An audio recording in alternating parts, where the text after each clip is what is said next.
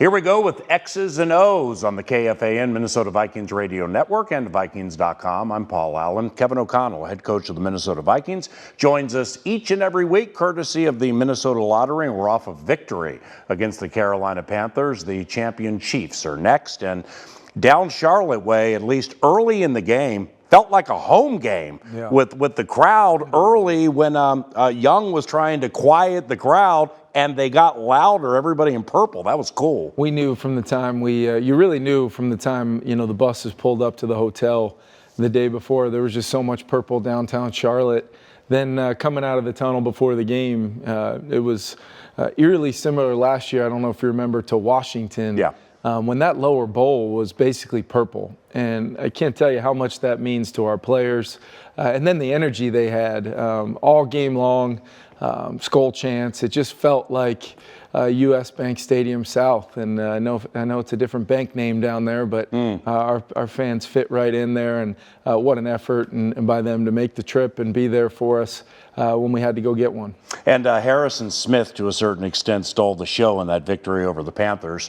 Why is he one of the favorite players you've ever coached? Yeah, he's there's just something about Harrison that. Every single day, you just gain so much more respect being around him. The guy loves playing football. That's been obvious his whole career.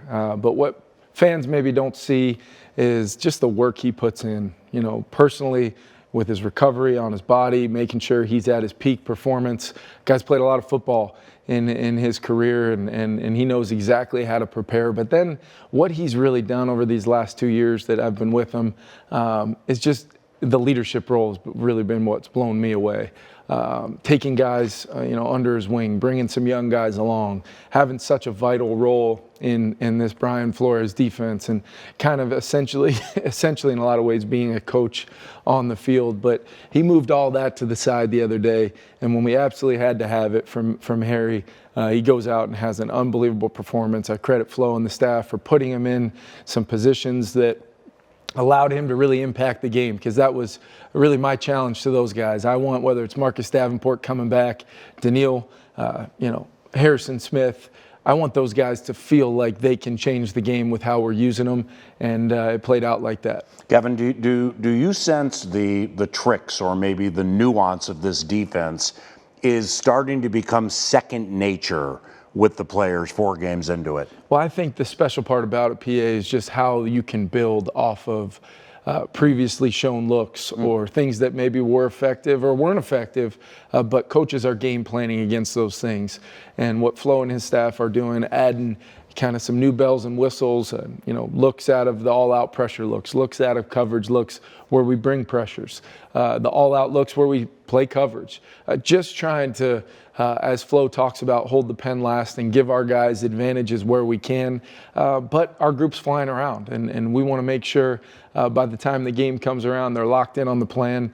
They know some of the things that they may see, so they can react, play fast, and continue to be a good tackling bunch. And I would imagine the farther along you get, it gives Brian, the defensive coordinator, more confidence to get to the bottom of the bag and call what he wants. But players have to be rote on exactly what to do, right? Yep, and just all the different things that people are preparing for pressure. We're one of the highest, if not the highest, pressure units in the NFL. So offensive coaches, to credit to them, they've had preset plans of kicking the ball out on bubbles or quick game to eliminate the stress on the quarterback. That's kind of made for some 3, 4, 5, 6 yard gains, keeping people manageable. And then when we get those third down ops, we've got to get off the field. Yep. What I liked about the Carolina game, PA, was there were some critical third and longer situations, the end of game sequence. Even the DJ Wanum touchdown off Harrison's strip sack, that was a 2nd and 17. They'd gotten a penalty, but the play nobody's going to remember is the Daniil Hunter TFL, the play before, where we're in a pressure look. They're just trying to get a run off. We've kind of got the bubble defended, and ultimately Daniil makes that play, forces 2nd and long. Now we can try to tee off on that again on 2nd down and get the ball out and try to make a play. This is Kevin O'Connell, and this is X's and O's on the KFAN Minnesota Vikings Radio Network and also Vikings.com, courtesy of the Minnesota Lottery. Speaking of DJ Wanum, any idea he had that type of giddy up down the field? He might have gotten a little gassed inside the 15, but whoo, he was fast for about 25, 30 of those yards. He was rolling, and I'll never forget it, just how slow when I saw that ball bouncing and just waiting. I think I had time in that moment to ask myself the question, is this going to be the bounce that goes our way? Yes. I've seen a lot of footballs on the ground bouncing the wrong way over the first 3 days. And when he got that nice kick up to about knee high and scooped that thing, I knew he was going. How about him, peeking the scoreboard and getting the cut back in there? I think there was about 4 or 5 coaches on that sideline who beat me down that sideline, but I was definitely trying to make it down there myself. And Jordan Hicks was sneaky good on that play. I mean, he's not destroying people with blocks. He's just like getting in the way. But if he doesn't, it might not get there, right? Yeah, and you always worry as a coach in those situations because you're coaching finish and try to escort him into the end zone. But so many times we see a clip or, the block in the back as it gets down close to that goal line. And the last thing you want in that moment is to have more points taken off the board. We had an offensive touchdown come off for holding and for our guys to have that finish, get down there, and then just seeing that group celebrating in the end zone was awesome. It seemed from afar like whatever the plan was for defensive lineman Derek Brown and their best pass rusher Brian Burns, whatever the plan was, it seemed like, I know there are no 100 out of 100 grades, but it seemed like it worked pretty well. Yeah, we wanted to account for 95 inside. He's can be a game wrecker, and we talk a lot about these interior D linemen. It seems like every single week we'll have Chris Jones this week amongst other guys that they have up front. But we wanted to make sure that 95 felt us in the run game. We had some great early combinations on him. First and 15, our first real run of the day. We end up, Ed and Brian O'Neill end up taking him on a ride, and he's facing his own goal line 5 yards down the field. It was a mentality thing. That's been part of getting our run game going. And then in the pass protection phase with Burns on the edge, 95, we just tried to make sure we were doing our part when we could, trying to get the ball out quickly and seeing if we can get some play pass chances down the field. We hit JJ on one. We got a little rhythm going in that 2 minute before the tip ball interception. But how consistent can we be, giving Kirk that time to manipulate coverage and get our dangerous weapons down the field to try to attack coverage? It's a battle we fight every single week in this league, and we're going to need to make some plays this week, and our O-line hopefully will be up for the challenge. So as cliche as it may be, all right, here come the champions, the Kansas City Chiefs. But is it fair to say to be the best, you have to beat the best? And this is a wonderfully exciting opportunity. Yeah, to get that win last week, be able to come back to US Bank Stadium and have our great fans there, and we'll have that home environment that makes it so special there. What I talked to the team about it in the locker room after the Carolina game.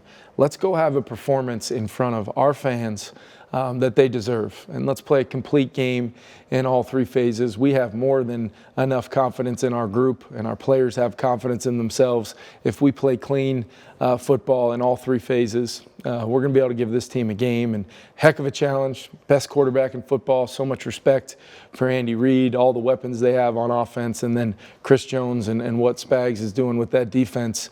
They're flying around. Good young people, good young talent on the back end, linebacker.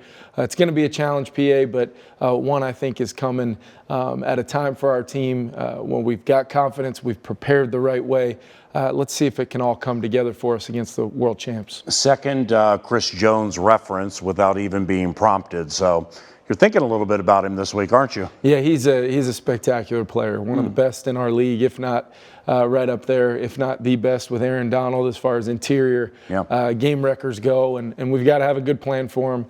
We've got to be willing to step up to those matchups. if they ever are one-on-ones, but then when we can, try to find a way to get multiple Vikings on him in the run and pass game, and ultimately see, if we can get chances to get our guys going down the field. They just, specifically in the regular season, but really the totality for the Chiefs, they seem to be so poised under pressure. Yep. Now, when you have Mahomes and Reed, who's just seen everything, Yep. that makes it easier, right? Yeah, and I think, the types of ways that Andy puts those guys in positions to have the success they do is one thing, but you just watch Patrick Mahomes enough on tape, and you see him in less than ideal circumstances. If you pause that tape, you say there's no way this 3rd and 17, 15 ends up being first down Chiefs, or this red zone opportunity ends up being a touchdown for the Chiefs. And time again, he makes those plays happen. It really is remarkable what he does each and every Sunday. What a challenge for our defense. We've got to try to, take the game that we played last Sunday and take it to a new stratosphere schematically and just our production level of making the plays when they're there to be made, easier said than done. So lastly here with Patrick, does he want to stay in the pocket? I mean, does he prefer, like, I'm going to straight drop guy, 5 or 7 step drop, or does he want to run and make it street ball? Does he have a preference? I think that's the best thing about his game is he can be equally devastating doing both, and he allows the play to really take him to that answer. And that's what's so hard. There's no predetermined nature of when he leaves the pocket, how he leaves the pocket. He's always going to keep his eyes up. Those guys are incredibly schooled on the scramble drill, where to uncover, how to uncover, to ultimately cause maximum problems when he does break contain. But if there's an open guy in rhythm that he wants to take, or he progresses through a progression, he's going to hit him every time. So you got to know, you got to be that much better on the front and back side of coverage, and then have the ability to plaster and stay with your man through the echo of the whistle. And those guys up front have to rush with, great discipline, try to keep him contained. And even when you do that, getting him on the ground is a whole nother challenge. Great job. Thank you. Thank you. I appreciate you, Kevin. Kevin O'Connell, head coach of the Minnesota Vikings. More X's and O's around the corner on the KFAN Minnesota Vikings Radio Network.